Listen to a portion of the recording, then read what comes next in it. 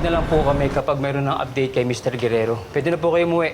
Magpahinga para na parang walang nangyari. Parang walang nangyari. Siguro sa inyo parang walang nangyari. Pero para sa akin na nakita yung nangyari kay Mr. Guerrero, maraming nangyari. Takot na takot ako. What if nandun yung killer? Isang pinto lang yung harang dun sa bahay ng biktima. Bes. Bes. And one more thing. Pag-check ko sa GC ng barkada namin, wala man lamang nakamusta. Some I've known 10, 20 years. Wala man naman nagsabi, kamusta kayo dyan? Naiintindihan ko yung nararamdaman mo. It's okay. It's gonna be okay. It's okay, it's okay. It's okay, Bes. It's gonna be okay, okay? It's gonna be fine.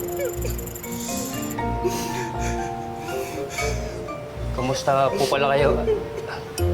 Na yung nawitas ninyo sobrang stressful. Kumalma po kayo at kumanta na lang. Kanta ko? Hindi na po. Unahin niyo na po muna yung investigasyon.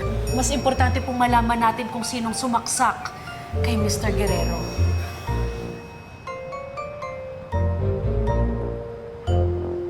Jen, ito yung susuotin mo sa induction mo for the Ladies of the Immaculate Heart.